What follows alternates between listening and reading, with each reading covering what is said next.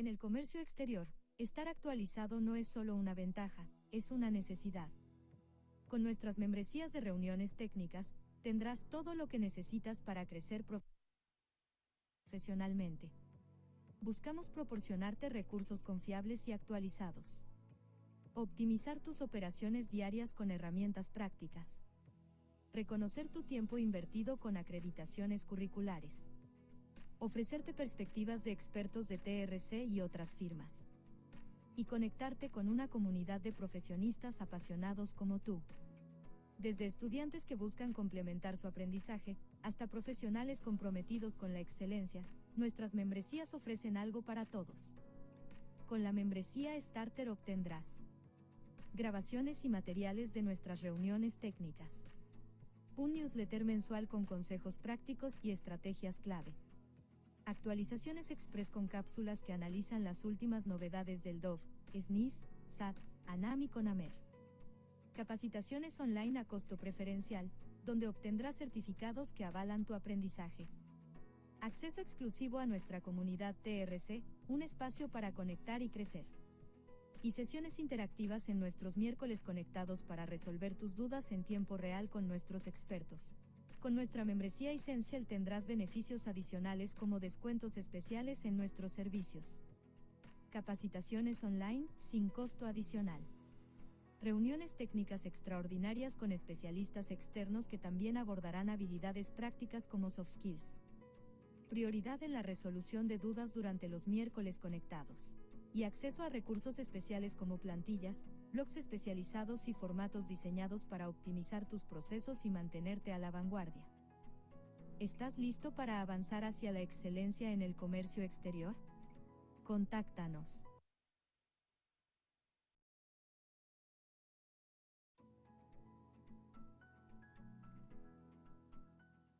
En el comercio. Hola, ¿qué tal? Muy buenos días a todos. Gracias por acompañarnos en nuestra reunión técnica de agosto. El tema de hoy es Anexo 19, más allá de los datos inexactos. Antes de comenzar, queremos compartir algunas reglas de convivencia para que la sesión se desarrolle de la mejor manera. La primera es, coloquen sus dudas en la sección de preguntas y respuestas.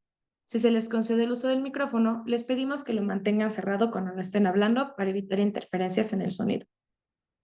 También queremos invitarlos a formar parte de nuestra comunidad en WhatsApp, un espacio donde podrán acceder a noticias y actualizaciones, recibir consejos prácticos, interactuar con expertos y profesionales y estar al tanto de nuestros próximos eventos. Pueden unirse escaneando este QR o en el enlace que les envié por el chat. Y adelante, Teani, el espacio es todo tuyo.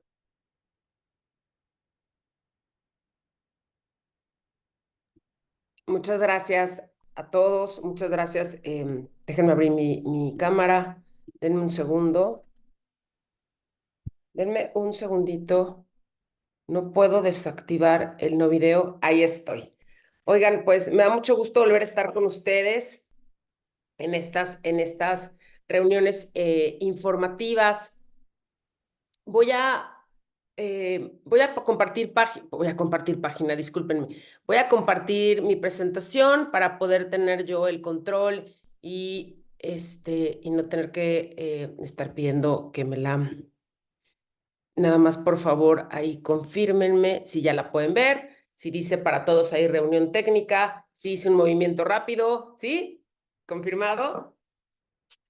Pues ahora sí arrancamos, tenemos poco tiempo para un tema, se los agradezco muchísimo. Tenemos poco tiempo para un tema muy importante, ¿no? Un tema que, si bien creo que, ay, discúlpenme, si bien creo que a veces obviamos, ¿no?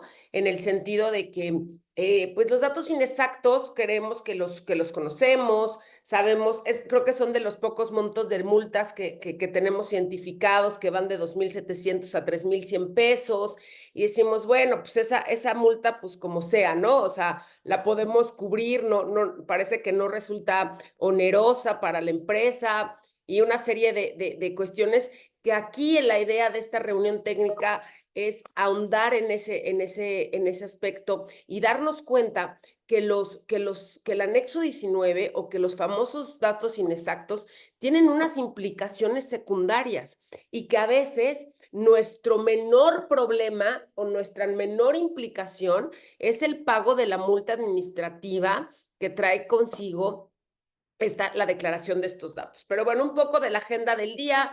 Vamos a ver las otras implicaciones de la declaración de los datos inexactos.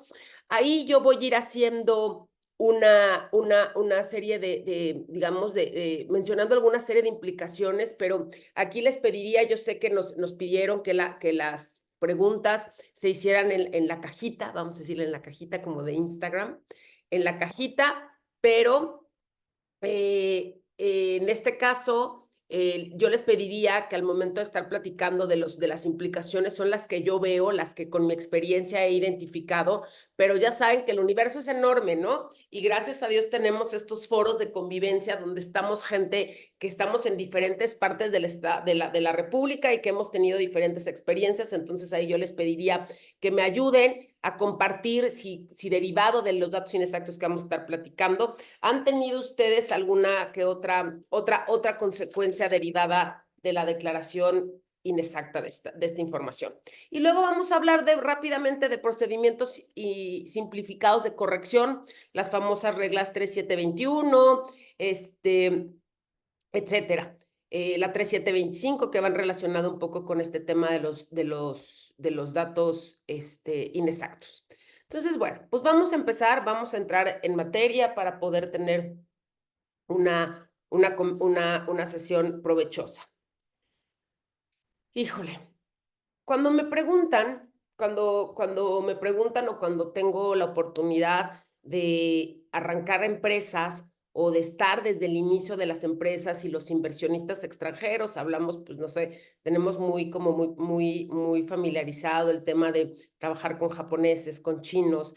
Bueno, como ustedes saben, yo estoy en la zona de Aguascalientes, entonces igual que pues, muchos de ustedes que están en Querétaro, el corredor del Bajío tiene muchísima inversión japonesa, muchísima inversión china, bueno, también alemana, de todos los países. Creo que tenemos una inversión extranjera importante. Pero bueno, en ese sentido, cuando me preguntan los inversionistas, o la gente que ya se va a empezar a familiarizar con las operaciones de comercio exterior, y me dice, oye, Tani, ¿me podrías describir cómo es el sistema aduanero mexicano o cómo opera la aduana? Yo siempre les digo que tenemos una aduana exacta. Y me dicen, ¿en qué sentido? Pues es una aduana que no da margen de error, que no permite errores, que no te da como un gap o sí, pues sí, como una tolerancia. Esa es la palabra que estaba buscando. Una tolerancia. Tenemos otros sistemas aduaneros como el de Estados Unidos que te ponen warnings cuando cometes alguna inexactitud o cuando cometes alguna infracción, por eso el tema de la fianza. Entonces, yo siempre he creído que nosotros tenemos una aduana exacta y no es que lo crea, es que así está manifestado. Por eso les puse esta imagen de una aduana exacta. ¿Y por qué creo que tenemos una aduana exacta? Simplemente por lo que establece el artículo 184, fracción tercera de la ley aduanera. Ahí te dice, serán sancionados aquellos contribuyentes, bueno, vamos a llamarle importadores y exportadores, que presenten o transmitan. Hay que también entender que pues ya la presentación física de documentos ya no es la generalidad de nuestras operaciones de importación y exportación, ahora es la transmisión electrónica de los documentos, desde el pedimento hasta el COBE y todos los e-documents, ¿no? Que iremos platicando.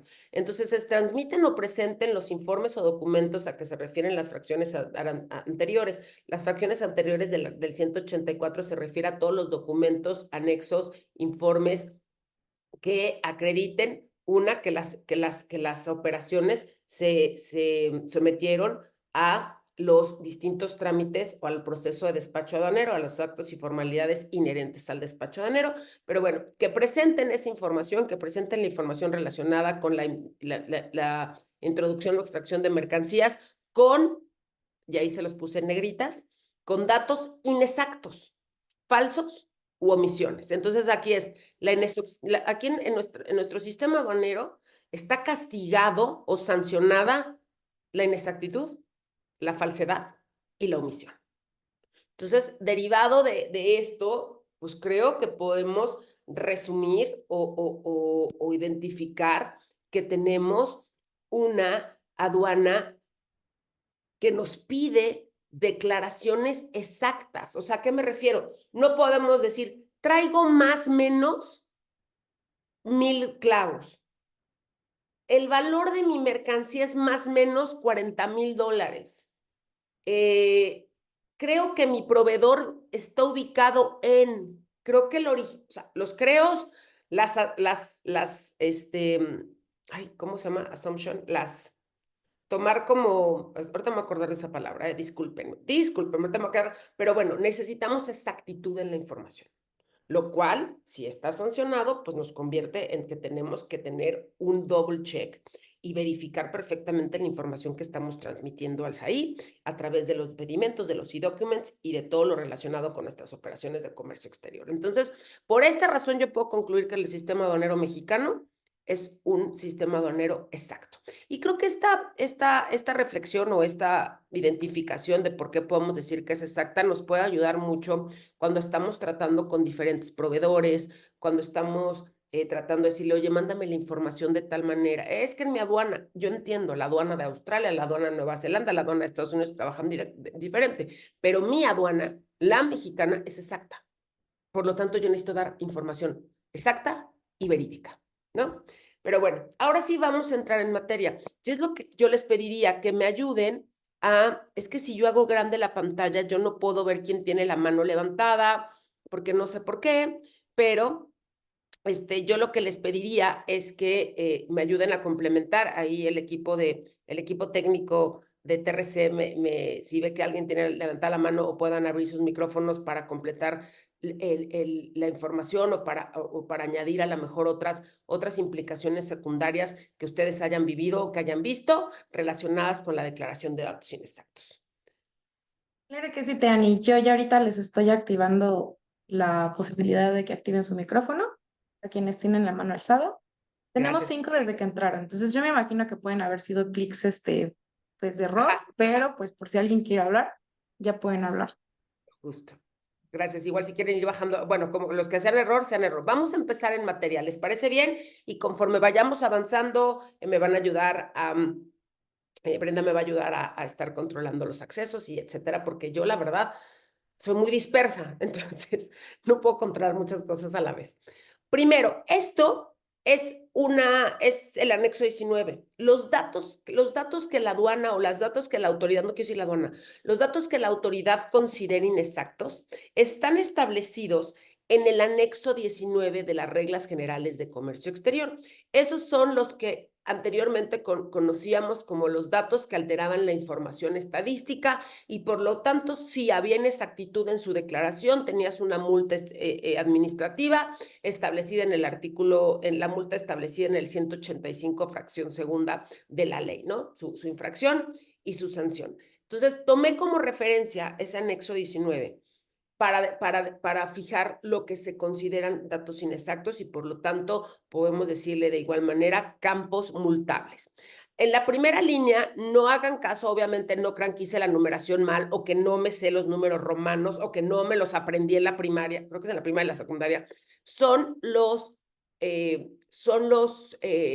numerales del anexo 19, pero yo los quise acomodar como por implicaciones. Entonces, obviamente, cuando sorteé por implicaciones, se movieron los números romanos o los números asignados en el propio anexo 19, pero están todos los que están ahí. Entonces, vamos a empezar. Bueno, pues obviamente dato inexacto, falso, omitido y otras implicaciones. La primera, se considerará dato inexacto y será multado por inexactitud en su declaración la clave del pedimento. Pues decimos la clave del pedimento, pues pago la multa, no le veo mucho. Pues yo creo que sí, ¿no? Yo creo que sí hay una implicación más allá de los 4,000 o 3,000 pesos. Vamos a dejarlo, para esta sesión vamos a decir que son 3,700. O si alguien tiene el dato, lo puede poner ahí, por favor, en el cuadrito de mensajes. Creo que son 3,200 X. Vamos a dejarlo en 3,000 para efectos prácticos. Decimos, bueno, pues es una multa administrativa de 3,000 pesos, no le veo mayor afectación, pero creo que sí puede haber, o sea, una implicación en el tema del control de inventarios. Sobre todo, es muy como cotidiano, no quiero decir cotidiano, es muy común o cometemos ese error, el tema de los cambios de claves. Por eso mismo hay una regla que lo subsana. Sobre todo estoy hablando de las empresas IMEX o las que realizan importaciones temporales para transformación, elaboración o reparación. Las famosas, iba a ser una 1 por RT, ¿no? Que se hizo el retorno al extranjero de la mercancía con clave A1 cuando tuvo que haber sido RT, o también las famosas claves de AFs por INs o INs por AFs. Esas son como errores comunes que cometemos.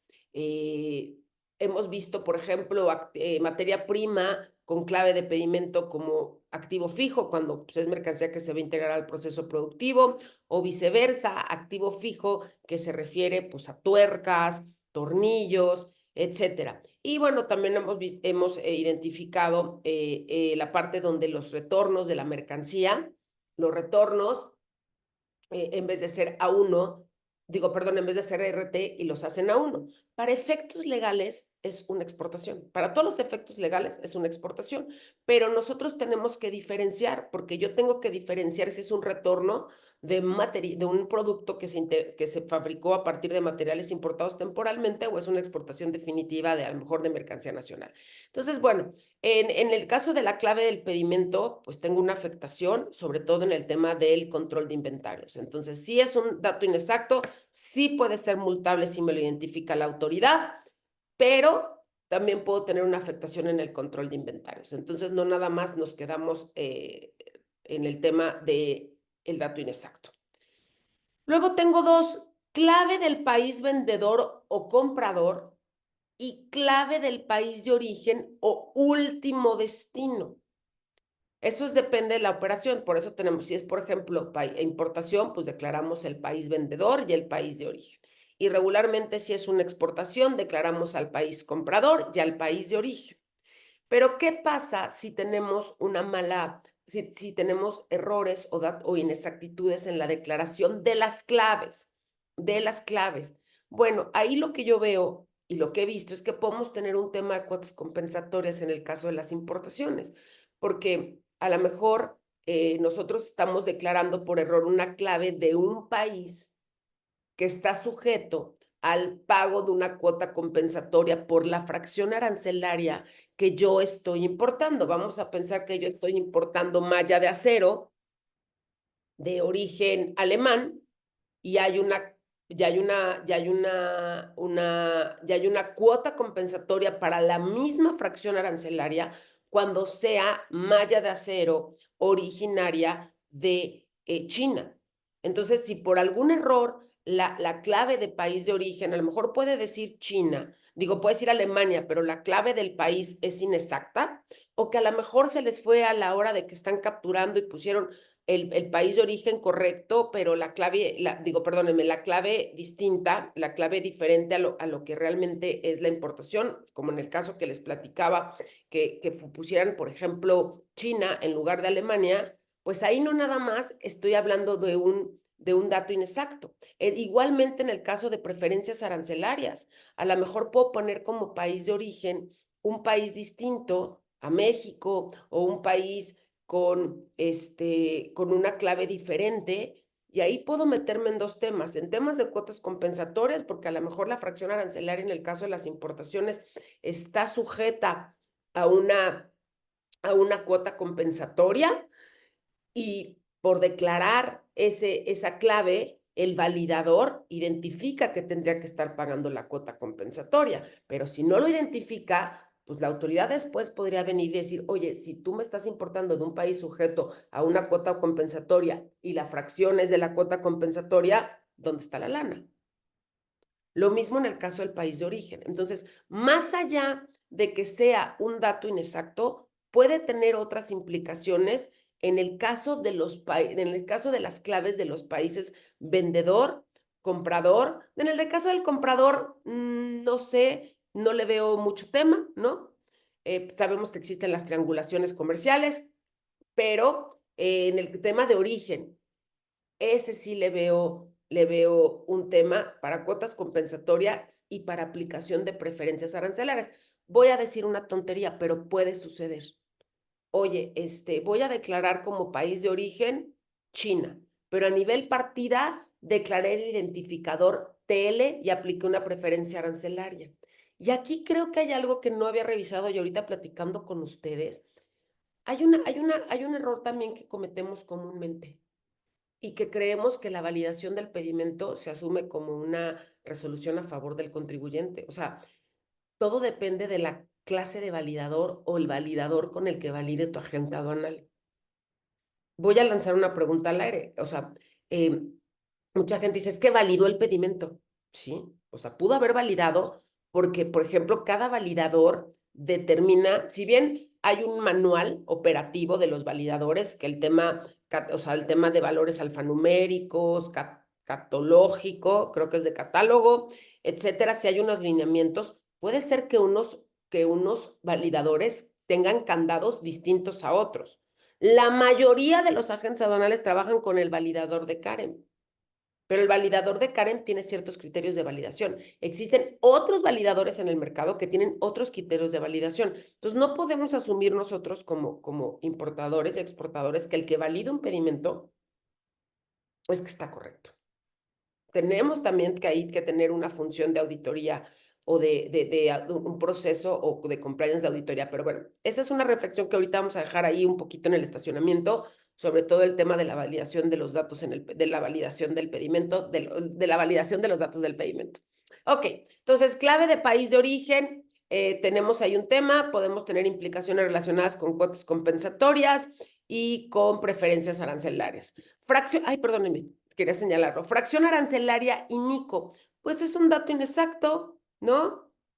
Pero ahí, ojo, no nada más puedes decir, ay, bueno, es un dato inexacto y ya, ese es, insisto, el menor de tus problemas. Una incorrecta fracción arancelaria puede derivar ¿en qué? En incumplimiento de regulaciones y restricciones no arancelarias. Puede incurrir en un tema de omisión de contribuciones, porque a lo mejor la fracción arancelaria que tú declaraste paga o está exenta o paga un arancel menor al que paga la fracción arancelaria determinada por la autoridad, a lo mejor en un caso de toma de muestras, o también un incumplimiento de la fracción arancelaria o una diferencia en la fracción arancelaria puede derivar en un incumplimiento de regulaciones y restricciones no arancelarias de etiquetado, de permisos previos de importación, de normas, de normas ya no comerciales, sino normas de certificación de calidad, etcétera. Ahora, sabemos que existe un procedimiento atenuante para el tema de las diferencias de las fracciones arancelarias que tiene un requisito, unos requisitos específicos de cumplimiento, pero bueno, una mala determinación de la fracción arancelaria puede tener este otro tipo de implicaciones. Y ojo, aquí no estamos hablando nada más de los datos inexactos detectados en la aduana. Los datos inexactos también pueden ser detectados en facultades de comprobación por parte de la autoridad post aduana, es decir, en una visita domiciliaria, en una visita de gabinete, en una carta de invitación, etcétera, ¿no? Entonces, bueno, sigamos con la parte. Permisos, aquí les puse en negritas, permisos, autorizaciones e identificadores claves, ¿no? Y acá dice, en la parte de abajo, dice números de permisos, autorizaciones e identificadores. Lo señalé en negritas porque de pronto lo lees rápido y piensas que dice lo mismo, pero aquí te está hablando de los identificadores relacionados con los diferentes permisos y yo me voy un poco al tema de regulaciones y restricciones no arancelarias y por otra parte tenemos los números de permisos. Aquí, por ejemplo, pensé mucho en los famosos avisos automáticos, ¿no? Para la importación de productos siderúrgicos. Entonces, la primera es, oye, a lo mejor yo estoy declarando un identificador o una clave que me obliga al cumplimiento de ciertos documentos. A lo mejor estoy declarando de manera inexacta una exención de la norma y estoy adjuntando un contrato de verificación de norma. Ahí ya hay un dato inexacto que podría tener alguna consecuencia. O, por ejemplo, estoy declarando un identificador de PROSEC de un sector que yo no tengo autorizado. O ya sucedió, ya lo vimos, un validador que validó y estaba el importador estaba haciendo diferentes operaciones al amparo de un programa PROSEC, pero ¿qué creen? El número de PROSEC no era de él. Gracias a Dios el importador tenía PROSEC. Obviamente él sabía que tenía PROSEC, si no hubiera dicho, ay, mira qué barato me está saliendo el arancel, fíjate. Él tenía PROSEC, pero el PROSEC declarado en los pedimentos, o sea, ya ves que le ponen PS, no sé, 217-223, ¿qué creen? Ese no era de él. Era de otro cliente de la gente aduanal. Entonces, bueno, más allá de la inexactitud de los datos, puedes tener otras implicaciones, ¿no? Puedes tener el tema del incumplimiento. Ahora, por ejemplo, los números de permisos, sobre todo hablando de avisos automáticos de la industria siderúrgica. Ya ves que es C1 y como 10 dígitos. Bueno, pueden estar bien declarado el identificador de que está sujeto al cumplimiento de un aviso automático, pero a lo mejor tu número del aviso automático no corresponde al que te otorgó la Secretaría de Economía. Ahí, si no existe el número de ese aviso automático y la autoridad hace una validación al momento del despacho, te puede desconocer el aviso. Y puede ser un incumplimiento de regulaciones y restricciones no arancelarias. ¿Y qué creen? El incumplimiento de regulaciones y restricciones no arancelarias es un embargo precautorio y una causal de suspensión de patente de la agente aduanal. Entonces, ojo ahí. Yo siempre lo he comentado en distintos foros que los identificadores en el pedimento, los identificadores a nivel de pedimento, ¿qué creen? Son las letras chiquitas del contrato. Así como cuando contratamos el teléfono celular o Netflix, que es nadie decimos y todo decimos acepta, aceptó, para todo, para la aplicación que bajas, para el Netflix, lo mismo los identificadores. En un proceso de autoauditoría, ¿saben a dónde me iría yo? A los identificadores. Totalmente. Porque ahí me estoy viendo si estoy contrayendo obligaciones. El tema, por ejemplo, que hace unos 4 o 5 años fue un punto de recaudación importante para la autoridad, fue el tema de la declaración del identificador MS para maquiladoras de servicios.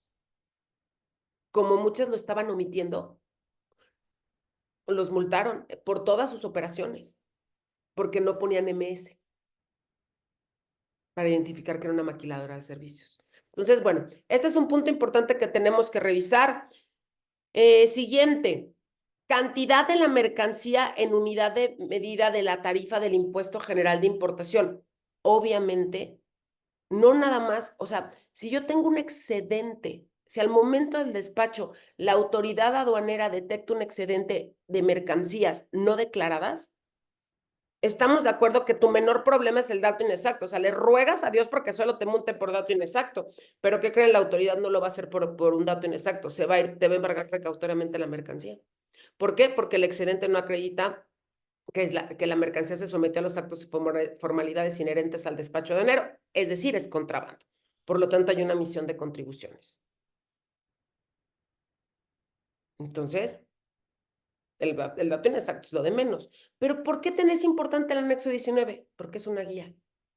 Porque es una guía de los aspectos que de los aspectos que sería importante que estuviera auditando constantemente. Entonces, bueno, diferencias en cantidades, embargo precautorio, omisión de contribuciones. Obviamente, si lo hacemos post-despacho, pues obviamente tenemos la facilidad de regularizarlo, ¿no? Conforme al 101. Pero si no, ahí tenemos, si es durante el despacho aduanero, señores, tenemos ahí una bronca. ¿Va? ¿Alguien que tengan comentarios? O continuamos o los dejamos al final, como ustedes me digan. Ustedes aquí mandan. ¿Qué más? Aquí, por ejemplo, les puse valor en aduana, importe de fletes, importe de seguros, importe de embalajes, importe de otros incrementables, valor comercial de la mercancía, eso en el caso de exportaciones, Incoterm, decrementables, transportes, seguros, carga, descarga y otros.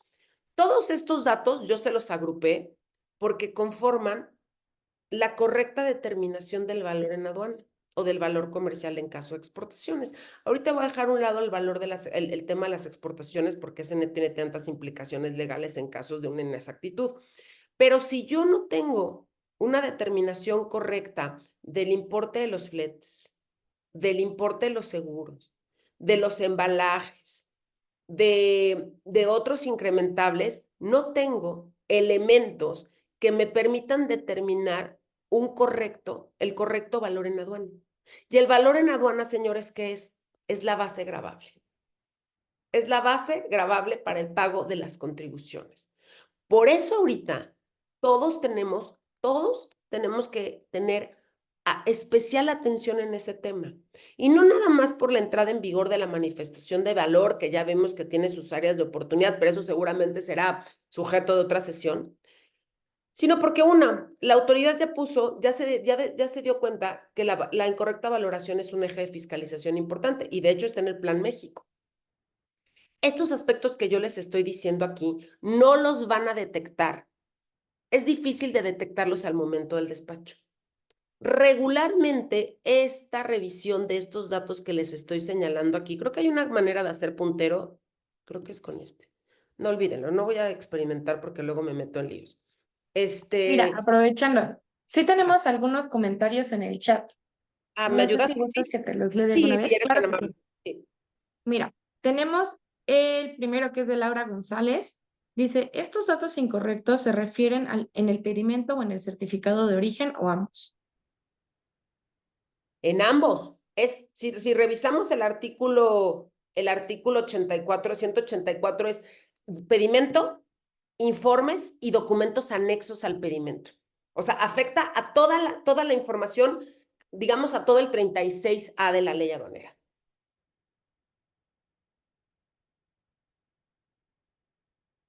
No nada más se acota el pedimento. Súper. Paso con el siguiente. Por favor, por favor. Maribel Garduño nos pregunta, nosotros mandamos analizar las fracciones arancelarias con un perito y no la cambio a la fracción correcta. Y esta pagaron menos. ¿Habrá un tema con este cambio de fracción, aunque tenemos todo el soporte de perito de por qué se cambió? No, yo creo que no. Tenemos dos opciones. Ay, ¿me repites el nombre de quien preguntó? Perdóname. Se me fue. Maribel. Maribel, no. Siempre, bueno, si tú tienes el soporte técnico de un perito, si todo el soporte legal y de clasificación y de los usos y que aplicó todas las reglas generales y complementarias, puedes en algún momento, cuando la autoridad empieza a detectar que declaraste una fracción distinta y que en esta pagas menos o a lo mejor tienes exención de cumplimiento de ciertas regulaciones y restricciones no arancelarias, puede ser que levante la ceja, ¿no? Pero también para supercurarnos en salud, yo lo que haría sería presentar una consulta de clasificación. Cuando presentas una consulta de clasificación, pues ¿cómo se llama? Que le dices a la autoridad, oye, tengo mi mercancía es susceptible de clasificarse en estas dos fracciones. Yo me inclino con esta, por esta y por esta, y obviamente hacer todo el seguimiento para decirle a la autoridad por qué, y ya tienes una resolución por parte de la aduana. Esa, digamos, sería una opción, digamos, con mucho mayor soporte. Pero si tú tienes todo el soporte técnico de por qué, adelante. O sea, empieza a utilizar esa fracción arancelaria. Tenemos otra de Miriam Espinosa. Dice, en el caso de valor agregado, ¿la multa es solo si no se declara o también en caso de que se declare y no sea el correcto? Sería ambas, porque acuérdate el supuesto del 184 es omisión e inexactitud. Entonces, si no lo declaras, pues te van a multar por omitirlo. Pero si lo declaras de manera inexacta, te van a multar por la inexactitud. O sea, ese supuesto del 184 es por esas tres cosas: inexactitud, falsedad y omisión. Bueno, y falsedad de datos, cállense, estamos en otro lío, porque nos vamos con el código fiscal. Pero bueno, ese sería, Miriam, o sea, ambos supuestos, omitirlo o ser información inexacta, es sujeto a multa. Y por último tenemos una de Daniela Aguilar. Dice, si en factura mi proveedor agrega una partida por monto de flete, ¿es correcto que éste se declare en el campo de incrementables? Sí, si lo vas a pagar tú, sí. Si lo va a pagar el importador, sí.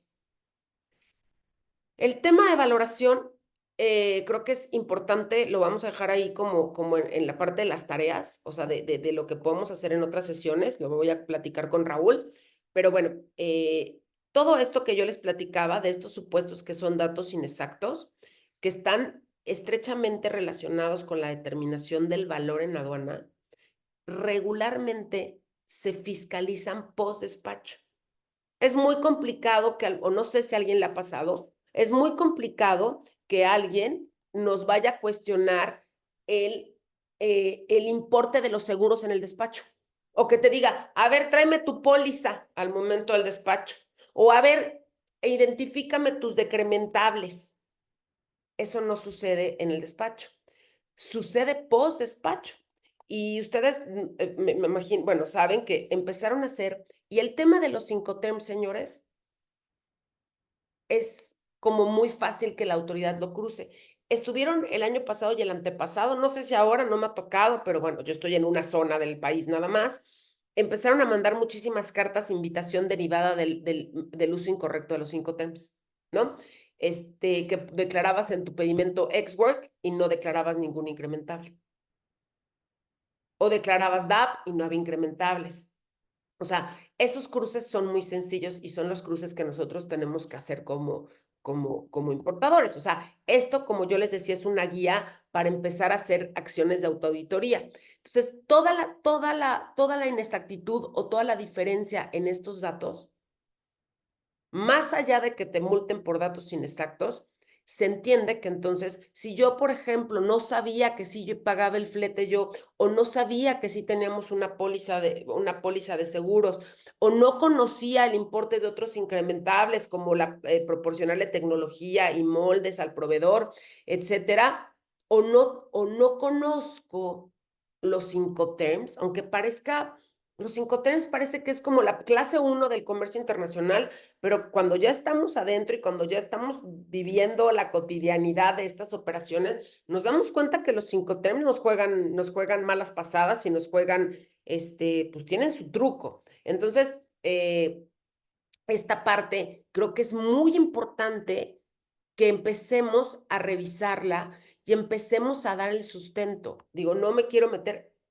Ya está el tema de la manifestación de valor, ya la autoridad da señales. Acuérdense que la autoridad nos va dando señales. Entonces, en este aspecto tenemos que poner muchísima atención e insisto, esto no lo van a revisar en el despacho, pero sí post despacho, ¿ok? Bueno, números de serie, marca, modelo o especificaciones técnicas comerciales. Bueno, sabemos que toda la declaración de números de serie, marca y modelo hablamos muchísimo de activos fijos, ¿no? Siempre que hablamos de ese tipo de declaración de datos de identificación individual, sabemos que estamos hablando de maquinaria, equipo, activo fijo. Bueno, más allá de un dato inexacto en esa información, creo que la mayor implicación es la posibilidad de acreditar la legal estancia y tenencia, sobre todo en activo fijo, ¿no? Como les comentaba. Un error, una mala declaración de una marca, una mala declaración de un modelo, pues podemos tener la implicación de tener un pedimento sin máquina y una máquina sin pedimento. Y una máquina sin pedimento implica no acreditar la legal estancia, y implica omisión de contribuciones, y implica multas del 70 al 100% del 70 al 100% del valor comercial sobre la mercancía. Entonces, bueno, esa es una parte muy importante, creo que la han revisado muchísimo en las pláticas que han tenido de activo fijo. Entonces, esta implicación pues va más allá del dato inexacto. Fecha de pago de los impuestos. Pues bueno, estaría rarísimo que se equivocaran, o sea, como que decimos, ay, no creo, porque el validador no lo permitiría. O sea, digo, ya tenemos inteligencia artificial y ya estamos, bueno, cada vez más avanzados en ese tema, pero pues los sistemas también fallan, ¿no? Igual reduces el error humano porque le puedes meter candados y le puedes meter restricciones, pero bueno, no podemos asumir que porque validó, insisto, no podemos asumir porque validó se considere una resolución a favor del importador. O sea, solamente validó y se quiere decir que pasó, o sea, que donde tenías que poner número pusiste números, donde tenía que poner letras había letras. O sea, ningún validador te va a decir, oye, no, te estás equivocando, ¿estás seguro que estás mandando una 1 y no debería de ser RT? Porque yo sé que tu información, que tú eres una empresa IMEX, y eso no te va a decir jamás un validador. ¿Estamos de acuerdo? Ojalá. En una de esas ya en un año. No, no, porque nos sustituirían. No, olviden eso. Bueno, fecha de pago de los impuestos en el tema de temporalidades, ¿no? Muchos tenemos, o sea, hay distintos criterios sobre a partir de cuándo empiezo a considerar las temporalidades en el caso de importaciones temporales. Unos dicen que sí es la fecha de entrada, otros que sí es la fecha de pago. Mi criterio personal es que siempre es a partir de la fecha de pago. Entonces, si yo tengo un error ahí, pues puedo afectar mi control de inventarios porque no contabilizo correctamente las importaciones temporales. La fecha de entrada, pues la fecha de entrada también puede afectar temporalidades, sobre todo ¿en qué? En incumplimiento de regulaciones y restricciones no arancelarias y en el cálculo de actualizaciones de recargos en caso de regularizaciones o cambios de régimen. Porque los cambios de régimen que te dice, deberás de pagar el impuesto general de importación a partir de la fecha de entrada de la mercancía. ¿Qué dice el artículo 56 de la ley? La causación. Bueno, ahí estamos hablando de cuando arribe la mercancía, cuando la mercancía atraque, el avión aterriza en el primer aeropuerto internacional o cuando cruce la línea divisoria. A partir de ese momento se considera la fecha de entrada o la fecha de causación y ahí es donde aplican los tipos de cambio, el cumplimiento de regulaciones y restricciones no arancelarias, etcétera, etcétera. Entonces, el tema de la fecha de entrada es un aspecto que tenemos que revisar. Tani, ¿has visto que se equivoquen en fecha de entrada? Sí. No sé, por los meses, julio, junio, o sea, 6, 7, no sé, cosas así, pero la fecha de entrada, más allá de ser un dato inexacto, puede tener otras implicaciones que son las que aquí les comento. Tipo de operación, pues Impo y Expo. Yo lo considero un dato inexacto, pero aquí tendríamos que revisar porque estuve revisando la regla 611 de las rectificaciones para esto. Tipo de operación, porque tipo de operación es 1 o 2, Impo o Expo. Estaría cañón que en una Impo, puede ser, te pusieran tipo de operación 2, que es Expo. Ahí, pues, ¿qué haríamos? Pues la rectificación de cambio de régimen de la 611 que dice que necesitas autorización, porque el régimen cambia. No lo sé. Aquí yo la clasifiqué como dato inexacto. Si alguien tiene alguna otra información o idea o le ha pasado que se han equivocado o ha detectado datos inexactos en el tipo de operación, por favor ayúdenme porque aquí le estuve pensando y no vi otra cosa, ¿no? Obviamente si hay una implicación de que cómo, pues si era Impo o era Expo, pero no lo sé. Ahorita que abramos los micrófonos me platican. Número de pedimento, Tani, no manches. Sí, sí, el procedimiento administrativo de omisión de contribuciones del 153 contempla esto. Cuando se detecte que hay un error en la generación del número de pedimento que asigna el SAI, se levantará un acta. No se embarga la mercancía, pero se levanta el famoso PACO, que es el procedimiento administrativo de omisión de contribuciones. Entonces, bueno, se levanta un acta administrativa y ya tendrán que aclarar que fue un error ortográfico, mecanográfico o lo que sea, pero sí tiene una implicación de un acta circunstanciada cuando lo detecten. Número de contenedor, también 153 de la ley aduanera, procedimiento administrativo, te levantan un acta. No hay embargo y no digamos, no se agrava la situación si, obviamente dicen, si hubo un error en la declaración del contenedor, ya sabes, M1718B, sí, no pasa a mayores de un dato inexacto, siempre y cuando la mercancía que está en el contenedor y la mercancía del pedimento coinciden. Eso es importante. ¿Qué más tengo? Depósito referenciado. Bueno, cuando no se vea bien la línea de pago, cuando no esté correctamente transmitida, etcétera, también levantan un acta circunstanciada. Lo mismo con el código QR o el código de barras. Digamos, la consecuencia es un acta administrativa. Cuando son temas de bancos, hay ahí un procedimiento que dice deberás de solicitarle al banco una carta donde él diga que se equivocó al momento de la generación del, pues no sé, del sello de pago, que ya ahora son números, y bueno, con eso aclararías tu acta circunstanciada. Cuando son pagos, no son causales de embargo precautorio, la mercancía sale, pero tienes que solventar el acta administrativa, ¿no? ¿Qué más? Clave en el RFC del importador o el exportador. Un dato inexacto.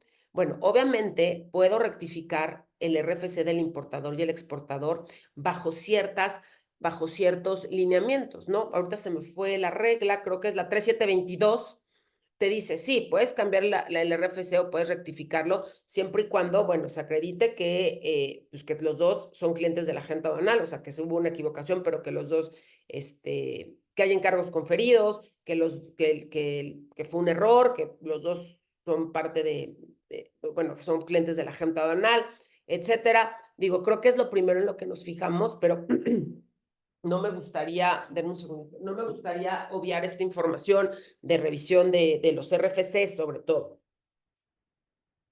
No tanto del nombre, el RFC, o sea, la homoclave, bueno, las 8, no me acuerdo cuántos dígitos son. Clave del medio de transporte de entrada a territorio nacional, que declares que fue un camión en lugar de un barco, o que te viniste en barco en lugar de en tren, o el avión. Yo no le veo otra implicación más que dato inexacto, lo estuve revisando. Clave de unidad de medida conforme a la TIGI. Aquí se me fue, yo creo que es también clave de unidad de medida conforme a la clave. Bueno, pues si es un dato inexacto, esperemos que la clave no impacte en mercancías excedentes o que la clave no también haya alterado, digamos, el monto o la cantidad declarada en el pedimento. Lo que platicábamos, lo que platicábamos del valor agregado en productos elaborados por empresas, el valor agregado que se declara al momento de las exportaciones, es un dato inexacto, ¿no? O sea, ok, omisión o inexactitud. ¿Qué otras implicaciones le ves? Pues si hay mucha inexactitud en la declaración de los valores agregados, ahí podríamos pensar, ya hablando de temas fiscales, pues obviamente todo el valor agregado es lo que gana la maquiladora, ¿no? Es digamos, pues sí, lo que ingresa, ¿no? Es el CFDI de ingreso que emite una empresa IMEX o una maquiladora, pues eso es lo que... Vamos a hablar de maquiladoras que no trabajan bajo el sistema Shelter o también, bueno, al sistema Safe Harbor o maquiladoras puras, pero también ahí puede implicar un tema de ICR, ¿no? De que si va a la baja, pues a lo mejor estás, lo que dice del CFDI con el que estás cobrando a tu cliente en el extranjero difiere con la información declarada en el pedimento. Las diferencias pueden ser de, oye, ¿por qué estás declarando menores ingresos? Quizá puedo presumir que lo estás haciendo para pagar menos ICR, ¿no? El tema del valor agregado creo que es también un aspecto importante que debemos de revisar. Número de patente, autorización de agente aduanal, adicional, agente o almacenadora. Yo también lo vería como un dato inexacto, ¿no? A lo mejor podría ser el número de patente y eso también podría ser un tema como consecuencia tener un acta circunstanciada. Pero bueno, ahí está. Ahí sí, no sé si los validadores, me imagino que sería lo primero que validarían, pero insisto, no podemos creer a ciegas en el validador. Último, clave de tipo de contenedor y tipo de vehículo o autotransporte. Ya saben que tienen diferentes claves, si es un contenedor de 20, uno de 40, si es un camión, esos de doble caja, si es un tren. Entonces, bueno, yo también lo consideraría un dato inexacto, no le veo mayores implicaciones. Bueno, aquí también donde veo una implicación, pero ya es irme más allá en un tema de tipo de transporte para efecto de las operaciones virtuales, ¿no? Ya saben que las operaciones virtuales tenemos un candado de 25 toneladas por tipo de vehículo. Entonces, ahí podríamos meternos un poco con la materialidad de las operaciones virtuales. Pero bueno, ese es el resumen del anexo 19 y de las implicaciones que analizamos y que vimos que podrían tener un efecto secundario más allá de la declaración de un dato inexacto. Como les decía, esto puede ser una guía para hacer nosotros como cruces de información y hacer auditorías electrónicas efectivas. Por último, procedimientos simplificados de corrección. El artículo 247 de la ley aduanera, del reglamento de la ley aduanera, dice que no se considerarán datos inexactos cuando estos deriven de errores aritméticos o mecanográficos. Sí, ahí está el artículo 247, pero no sé hasta qué punto la autoridad nos tome como bueno este 247, sobre todo en temas de determinación del valor en aduana. Fíjate que me equivoqué, fíjate que el flete, en lugar de declarar 11,900 pesos, declaré 1190. No lo consideres, nada más no lo consideres un dato inexacto, porque es un error. Bueno, puede ser que te perdonen el dato inexacto, pero prevalece la omisión de contribuciones, porque determinaste de manera incorrecta tu valor en aduana.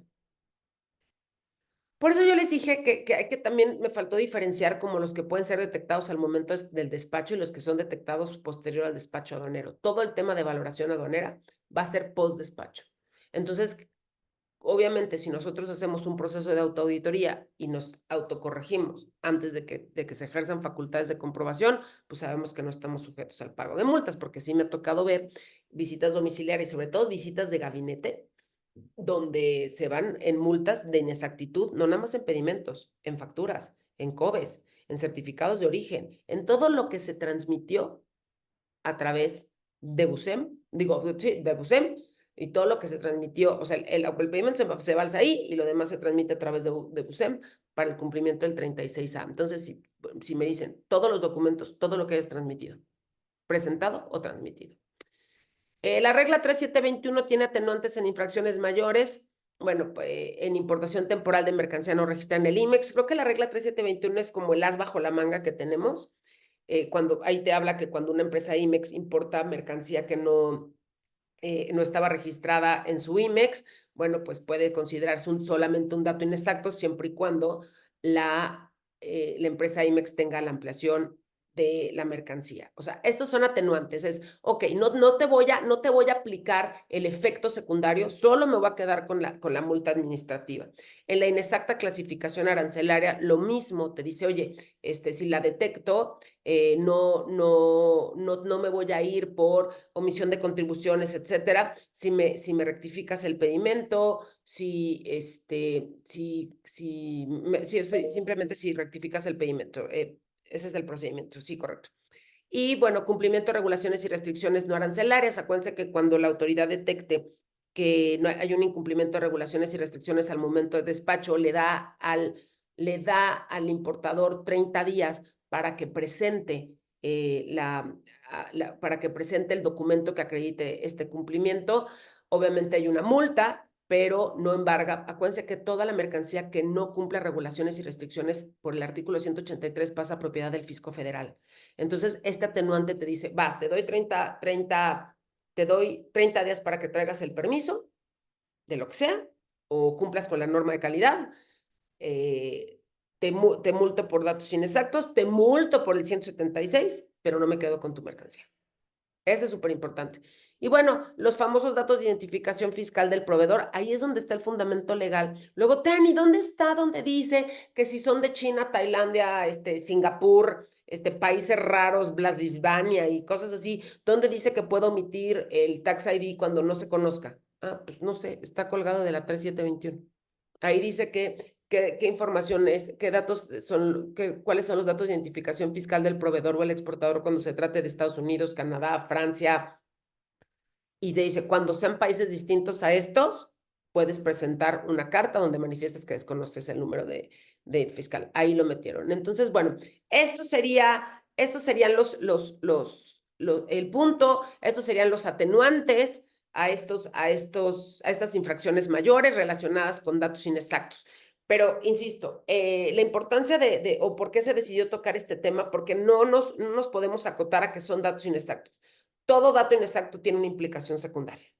Y la implicación secundaria puede ser embargo, puede ser multas por omisiones de contribuciones, multas por no acreditar, pues sí, omisión de, lo más es embargos, omisión de contribuciones por incorrectas determinaciones del valor en aduana, por incumplimiento de regulaciones y restricciones no arancelarias, por declaraciones de permisos inexistentes o números inexistentes de los permisos, etcétera.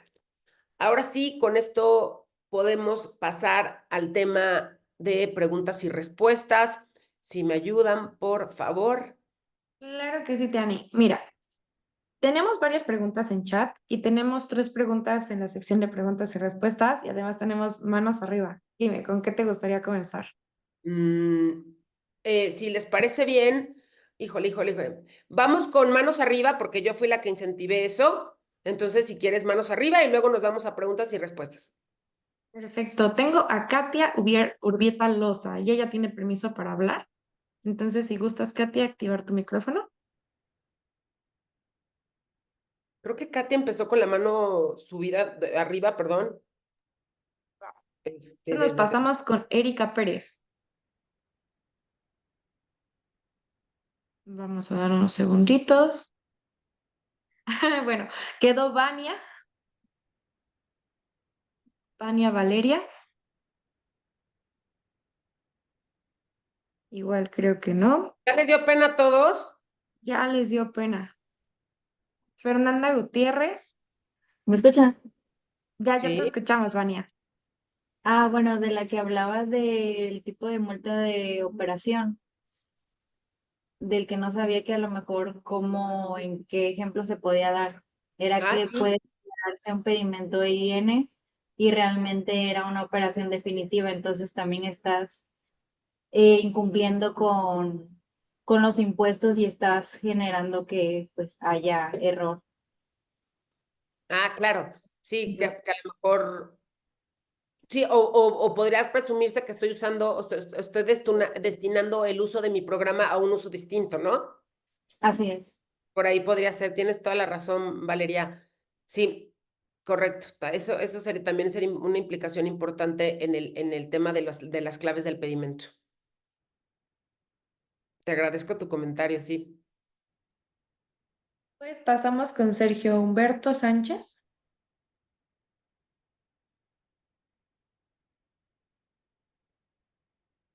Sergio, ¿estás ahí? O con Luis Grande. Demos unos segunditos y si no pasamos al chat.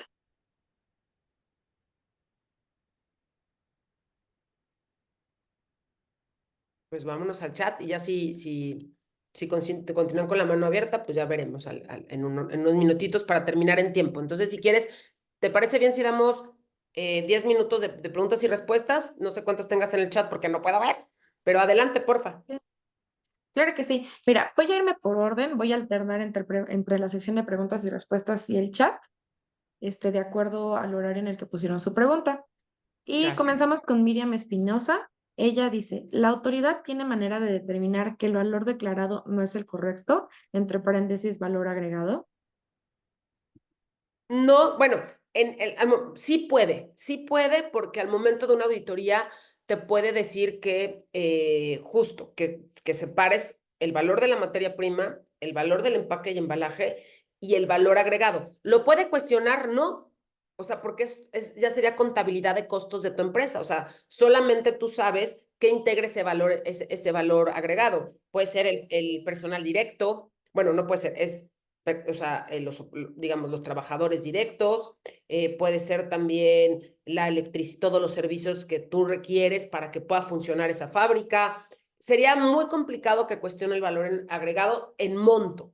O sea, yo creo que sería más a que si lo estás declarando o no lo estás declarando. Y en el tema del valor agregado estamos hablando de exportaciones y en exportaciones no tengo una omisión de impuestos porque pues las exportaciones no están grabadas con la ley del IVA ni están grabadas con un impuesto de exportación hasta el momento. Pero sí podría ser a lo mejor después una implicación más fiscal de, oye, ¿por qué no estás determinando correctamente tu valor agregado? Pero yo no creo que eso salga en una auditoría de comercio exterior. Eso ya sería en una auditoría contable. O sea, sí es importante que como que se cuestionemos o preguntemos cómo se está determinando el valor en aduana. El valor en aduana, Tenemos... discúlpame, el valor Ajá. agregado. Y ahí voy a hacer un último comentario. Y ese punto que tocas del valor agregado es muy importante, sobre todo ahora que estamos también con el tema de las reglas de origen y el cumplimiento de valor de contenido regional del TEMEC, la contabilidad de costos, de cuánto cuesta el producto al final. Ya nada más, discúlpame. No te preocupes. Sigue Lorena Bermúdez. Dice, al pedir carta traducción factura y nos aplique fletes, ¿es necesario incluirlos en la carta? La famosa traducción, mira, yo no le digo traducción de factura. La 318 te dice que en caso de que tu factura no cumpla con la 318, podrás como enmendar la falta de información a través de una carta 318. Y entonces ya le llamamos traducción de facturas o ahí declaramos información adicional. Pero sí, si tú en la 318, tú ya sabes que traes un flete que tú vas a pagar, pero no está en la factura y obviamente no lo ponen en el COBE, yo te diría, sí, decláralo en la 318 y considéralo en el campo de incrementables.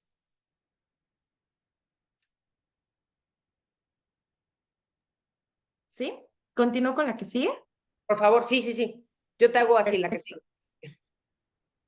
Tengo a Ángel Ramírez, dice, con el Incoterm, si con el Incoterm DAP debe declararse incrementable. Sí, yo digo que sí. Es que yo tengo un criterio para el tema de los incrementables y creo que vamos a hacer una sesión de eso. El artículo 64 dice que serán incrementables el flete, los seguros, las regalías y toda esa cosa que dice que ahorita ya se me olvidó. Bueno, no, que no lo tengo así tan puntual, siempre y cuando corran por cuenta del importador. Entonces, primero tenemos que averiguar quién está pagando los fletes. Es parte de la chamba interna que tenemos que hacer, lo mismo con los seguros. Entonces yo te diría, puede ser que es DAP, en el caso DAP es la contratación la hace el cliente, determinan, acuerdan el lugar DAP, ¿dónde? DAP Laredo, DAP Guadalajara, DAP Horas, pero el que contrate y pague el flete, no sé si después te lo facture con otro concepto o a lo mejor te hace una factura mensual. O sea, el tema de los incrementables es algo que tenemos que asignarle una sesión especial. Pero yo te diría que sí, pero basado en lo que te acabo de decir, siempre y cuando el gasto haya corrido por cuenta del importador. La siguiente. Claro que sí. Tenemos a Beatriz Brindis, dice, para las IMEX, ¿cuál es la fecha que debo tomar como inicial para la temporalidad? ¿La de entrada o la de pago? La de pago. Se entiende que, es que ese es un súper criterio. El criterio interno del despacho es que es la de pago porque es donde se concluyó el despacho aduanero, ¿no? Porque a lo mejor en un flete marítimo, ahorita como están las cosas, tienes fecha de entrada junio y a lo mejor sigues en la aduana, por lo que sea, ¿no? Sobre todo si estás en Manzanillo. Entonces, pues imagínate, ya te comiste 2 meses o no sé, porque está tremenda la situación. Entonces, obviamente nosotros decimos que es la fecha de pago porque ahí se cumplió, ahí se cerró el despacho aduanero. Hay algunos auditores que consideran la de entrada, pero para temas de actualización de impuestos, en el caso de cambios de régimen o regularización, es la de entrada. Pero para temas de los 18 meses, o sea, del 108 de la ley, yo te diría mi criterio que es la de pago. Super. Tenemos también a Andrés Giles de Anda. Dice, es importante aclarar que la información transmitida electrónicamente es por medio de validadores que pueden o no regresar errores. Sin embargo, quién valida la información es el SAI. No, bueno, acuérdate, se fijan que es pregunta, sí, ¿verdad? Tenemos el prevalidador. Tenemos 2 validadores, por eso se llama prevalidador. ¿Se fijan que en sus pedimentos hay un cobro del prevalidador? PREV. Ese te lo cobra, ese es el cobro del prevalidador, que puede ser el validador de Karen, el validador de Caintra, el validador de, no sé, o sea, el 80% trabaja con el de Karen. Ese es el que prevalida. Ya después se va al validador del SAI. Y por eso los errores, cuando no estás inscrito en el padrón, cuando la famosa de fracciones sensibles, cuando, no sé, ahorita no me acuerdo otro error, eso los manda el SAI. Ese es el validador. Pero hay un pre-validador que te cobran en todos los pedimentos, que ese es de particulares. Que una buena pregunta es quién te está haciendo esa prevalidación. Muy bien. Y tenemos a Suri Saday Flores. Dice, buen día, si hay error de dedo en número de contenedor, pero se hace la R1 antes del despacho de la mercancía, ¿no hay problema? No, no hay problema. Es una autocorrección, no está sujeto a multa. Bienvenido. Después tenemos a Vania Valeria. Dice, la multa del tipo de operación puede ser, ya sea, por ejemplo, que se declare un pedimento IN y en realidad no era temporal, sino A1. Creo que era lo que nos había comentado con Ursula Mano. Sí, correcto. Y bueno, tenemos a Juan Ramírez, dice, buenos días, en el caso de pedimento podemos corregir un dígito en el número de serie de un activo pagando la multa por datos inexactos. Dame un segundito. Listo, pero en una factura de un activo fijo, si tengo un error de un dígito en la factura, quedo indefenso, se me desconoce la legal estancia. No, no quedas indefenso. Si hay o sea, sí puedes, creo que hasta 3 dígitos se puede corregir. Cuando son documentos, o sea, sí puedes rectificar y pelear, bueno, no pelear, solicitar que se te aplique la multa por datos inexactos, ¿no? Pero no quedas en indefensión. Siempre está la posibilidad de rectificar los datos inexactos. Si esa era la pregunta, ¿me la repites, porfa? Porque a lo mejor me quedo corta en la respuesta y eso no me gusta. Claro que sí. Dice, buenos días. En el caso de pedimento podemos corregir un dígito en el número de serie de un activo fijo pagando la multa por datos inexactos, pero en una factura de un activo fijo, si tengo un error de un dígito en la factura, quedo indefenso, se me desconoce la legal estancia. Me imagino que en compras nacionales. Fíjate que en compra, o sea, si es una compra nacional, si hay un error de dígitos, sí podrías quedar, no sé si en estado de indefensión, porque a lo mejor no sé si puedas solicitarle al proveedor, en el tema de CFDIs, no sé si cancelarlo, no sé si es un CFDI, no sé si es una factura tradicional. Esa es una gran pregunta en temas de facturas.